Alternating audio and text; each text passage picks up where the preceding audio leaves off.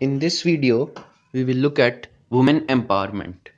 So this will be very important for you guys from the main point of perspective, because this is one of the main topics of the UPSC mains exam, civil services mains exams, and it comes in GS paper 1. So this is a part of GS paper 1. You have to remember this. And now we will look at women empowerment. So let's begin the slides. Let's begin the slideshow and let's start. So, first, what is women empowerment? So, women empowerment refers to making women powerful, to make them capable of deciding for themselves. That is, women should be capable of deciding their future, and they should be free socially, politically, as well as economically. One of the main reasons that women are not free is they are less educated than men, and they are given less preference in family for anything.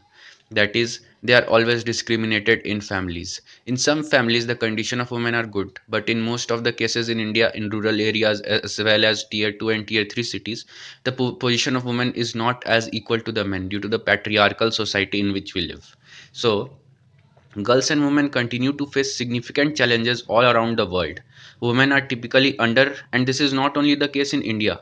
This is the case in many Western countries, as well as this is the case in many other countries like Arabian countries, the Middle Eastern countries, especially the Islamic countries, as well as some other countries also.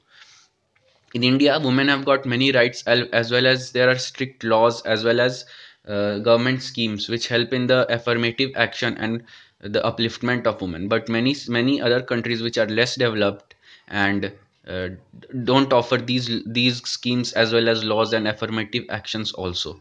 So it is a very so, women continue to face significant challenges all around the world. Women are typically underrepresented in power, that is, the electoral seats or the houses of the government, like the legislative assemblies, legislative councils, the Rajya Sabha, the Lok Sabha. All these women have very less representation. Although there should be reservation of seats. So, and there is reservation of seats, but still the women representation is very low. So, and decision making roles, so in decision making roles also the women representation is very low, and participation is very low, especially in family. If we consider a family, decision making role of a woman is nil, because main decision making is done by the eldest male member of the family or the bread earner of the family, and in most of the cases they are not women. In case of India is getting illiterate day by day, and literacy rate is rising. So the women who are educated are now acquiring decision making roles, like administrative roles or in other departments and ministries also. But in rural areas it is still not the case. In some urban areas and some well-off families it may be the case, but in rural areas they are still not so empowered. So women are typically underrepresented in power and decision making roles. They receive unequal pay for equal work, and they often face legal and other barriers that affect their opportunities at work.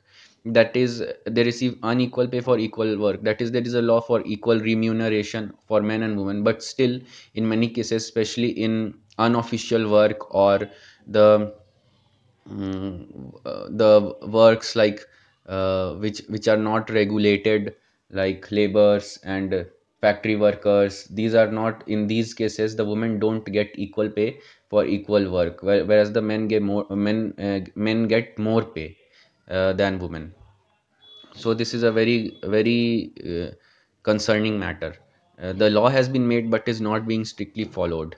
So, and then they often face legal and other barriers. Legal barriers also they face because most of the women are not economically independent, and not educated, so they don't know about the laws which protect them. They don't know about their rights through which they are protected, what rights they get. They don't know that they should not treat themselves as a weaker sex, but should also help in the course of the family, as well as help in the GDP, help in increasing the family income, the national income, as well as the GDP of the country. The women are less educated and don't know about all these terms. So and there are other barriers also that affect their opportunities at work. That is, most of the companies don't like to pay women during maternal during their maternal matters, when they have to get pay when they are during pregnancy or other types of these conditions. So most of the companies don't prefer them. Some companies do, but most of the companies, if you go to most of the government offices or as well as private offices, also private companies or corporate offices, you will see that the number of men are more, working men are more than that of working women. And also the woman is burdened with the role of giving birth to a child as well as taking care of the child and family, and so her freedom is lost. She has to sacrifice herself for family, for her family. That is what is the main mindset in India as well as some other countries. So but we all know that empowering women is essential to the health and social development of families, because and communities and countries, because if women are not empowered, then more than half of our population, or whatever the population the women hold in the country, in a country or a state, that will not be empowered, and they will be less educated, and they can be exploited by others, and they can be used by others for their benefit. So we'll move on further. So these are the seven principles which have been given by the United Nations to empower women. So as you can see, the principle one is that we have to create high level corporate leadership for gender equality principle. That there should be in government offices, ministries, departments, as well as in corporate offices, there should be a high level the leadership should always be gender equal, and there should be a principle in all the companies that the gender equality should be followed. No one should be treated as unequal based on their gender. No one should be given advantage, or no one should be disadvantaged because of their gender. Second, treat all people fairly at work, respecting and supporting non-discrimination and human rights principle. Everyone should get equal human rights.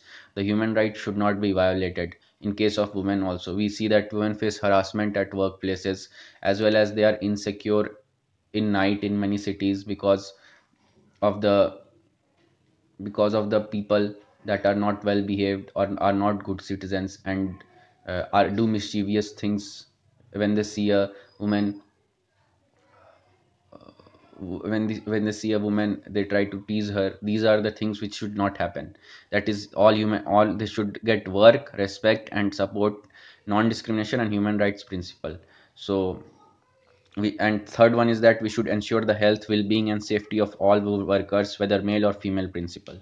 So the fourth one is that promote education, training and professional development for women principle. This is one of the most important principles. If education, training, skill development and professional development is given to women, then they will be empowered. They will know about their rights, their choices. They will be economically independent, socially independent, and they will know what they have to do in their life, other than just following the steps of the man and supporting the man in the family. So and then so they will be empowered, and they will know that their life also has a meaning, and they can do something for the society as well as for themselves, and get empowered. Uh, they can empower themselves as well as the society, and they can make a name for themselves. There are many women, like uh, I will take the name of some famous ones like Mother Teresa, or some famous scientists like Marie Curie, astronauts like Kalpana Chawla, and some sports persons also, who have struggled a lot in their lives, but at last they succeeded. So they should take inspiration from these women. Then they should supplement supply chain marketing practices and comprise development that empower women principle. That supply chain should be good and marketing practices should be good, so that the women get empowered. Then champion equality through community initiatives and advocacy principle. In India also, we see that in many communities the women are looked upon down, and the men are given more preference, as well as in education also, and in many other things also. So this should not happen, and women should also uh, be given same preference and same education, same background as men, and they should not be discriminated in any matter. So in earlier also it has been seen that female feticide has been practiced. Now there are laws for these things which have been made, but earlier female feticide, female infanticide, child marriage, sati system, parda system, these were all the ills that the women have faced. And due to this they were not at all empowered, they were not getting education. And uh, some of the social reformers like Raja Ram Mohan Roy and others, Ishwar Chandra Vidyasagar, fought against these ills, and now they have been eradicated mainly in the Indian society. But still, these ills are not there, but many other ills and many other dogmas still are there in the Indian society and Indian communities, as well as many other rural areas. And women are looked women are not treated equal as men. So we have to we have to champion equality through community initiatives. That is, we have to educate the community and do mobilization programs so that the community comes to know that women is just not for the following the path footsteps of men and supporting them in their life, but they also have their own individual lives, and they can do something for themselves and their society. So they have to champion equality through community initiatives and advocacy principle. And at last, measure and report publicly on progress to create gender equality. So we know that if something is not measured, we cannot know, if something is not measured, we will not at all know that if it is what progress we have made. So, measuring something and reporting it is one of the most important things that we can do, so that we can know the progresses that we have made or the downfalls that we have made, the advantages that we have gained and the disadvantages associated with it. If we don't measure something, then the results will not come out. So, measure and report publicly on progress to create gender equality. So, these are all the seven principles given by the United Nations for empowering women, creating high level corporate leadership for gender equality principle, treat all people fairly at work. Yes, this create high level corporate leadership should also means that women should acquire leadership jobs and should be trained for leadership jobs, and not only lower not only lower jobs, that is lower post jobs, that they should be trained to become leaders. And if a woman becomes a leader, then many other women will be inspired by that, and they will also strive for perfection. So creating high level corporate leadership for gender equality principle, treating all people fairly at work, respecting and supporting non discrimination and human rights principle, ensure the health, well being, and safety of all workers, whether male or female principle, whether they are in unorganized sector or organized sector, promoting education, training, and professional skill development for women principle, complement supply chain marketing practices and comprise development that empower women principle, then champion equality through community initiatives and advocacy principle, and measure and report publicly on progress to create gender equality.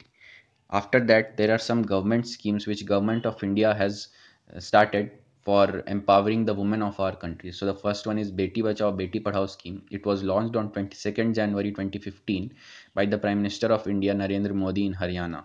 The Beti Bachao Beti Padhao scheme ensures survival, protection, and education of girl children.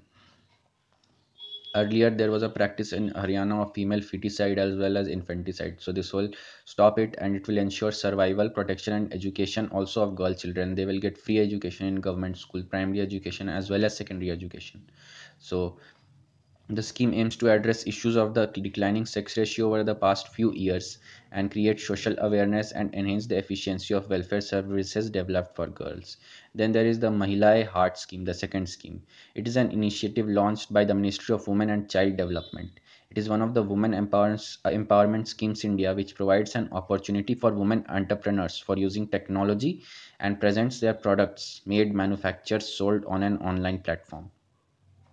So this is an initiative to give economic opportunities for the women, where they will be empowered by providing an opportunity for women entrepreneurs as well as women manufacturers or service providers for using technology and present their products which have been made or manufactured or sold on an online platform, where they can sell it in India as to many distributors as well as wholesalers, as well as they can sell it worldwide.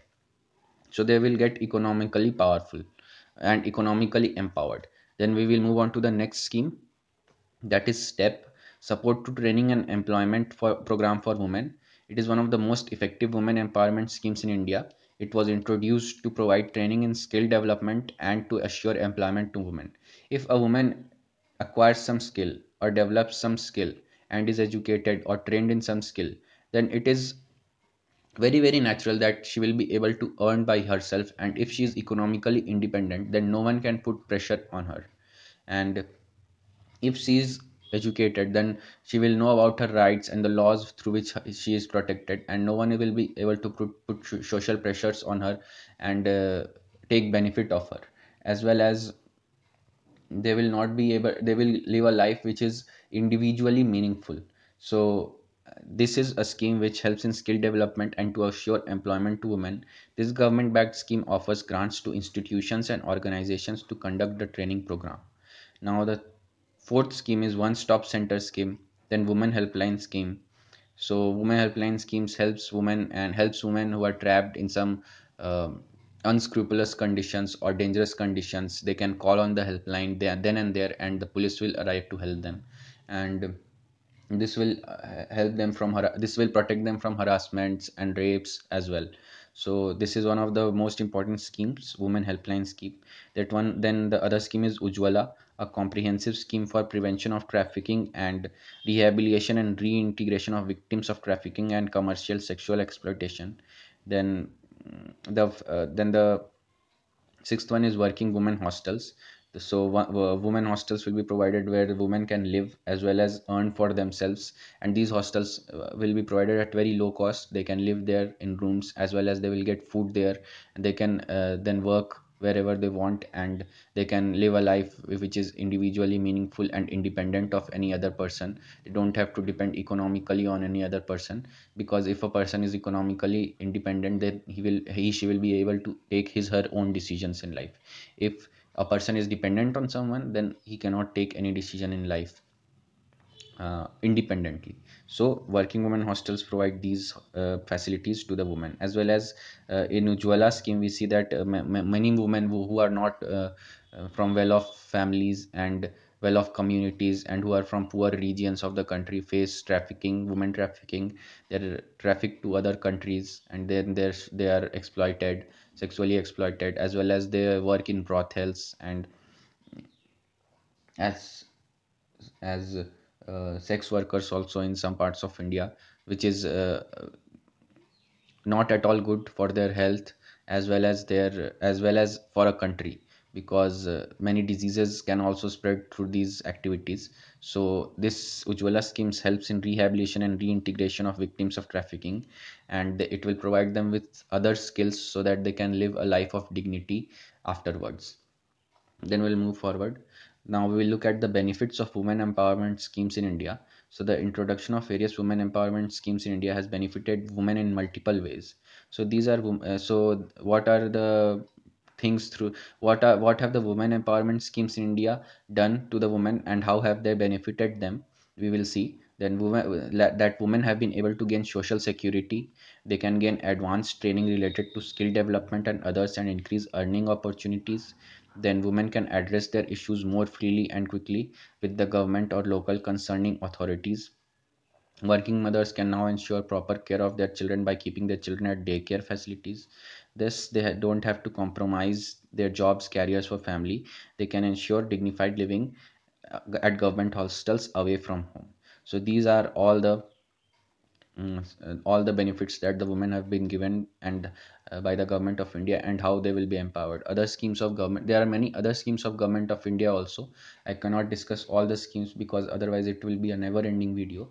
But we have discussed some of the benefits that the women get in our society as through the government of Indian schemes, and now they are getting empowered day by day. But still, as a lot of work has to be done, a lot of things has to be changed, and especially the mindset of the people have to be changed. Then only the condition of women can change. We till now only 50% of women complete in India are educated. and the literacy rate in women is only 66%, whereas in men it is more, between 76 to 80%. Only one fifth of the women have only one fourth of the women get access to senior secondary education, and only one fourth, and still one fourth women don't have a bank account. So still a lot of work has to be done to empower women. We have a large population. The population of our country is almost 130 crores. So it is a very big challenge for the government of India to empower all these people, especially the women in India, because if they are not educated, they will not know about their rights and the laws, and what the Constitution of India, what rights the Constitution of India gives them and provides them, and they will not be able to empower themselves. So it is, the community should come forward, the parents of the girl child should come forward, the district administration should come forward, the government of India as well as the state government should come forward and help in the empowerment of women. Because if the women of our country is empowered, then the whole country will be empowered. And it is one of the most easiest ways, one of, I will not say the most easiest ways, but it is one of the things that India has to do to become a developed country. So we will move forward. Then we will look at some famous quotes. So this is a very famous quote by Mahatma Gandhi, our who is known as the father of the nation. So he said that to call women weaker is just a libel. It is man's injustice to women. If by strength is mean brute strength, then indeed is woman less brute than man. If by strength is mean moral power, then woman is immeasurably man's superior. Has she not greater intuition? Is she not more self-sacrificing? Has she not greater powers of endurance? Has she not greater courage? Without her, man could not be. If non-violence is the law of our being, the future is with women, who can make a more effective appeal to the heart than women.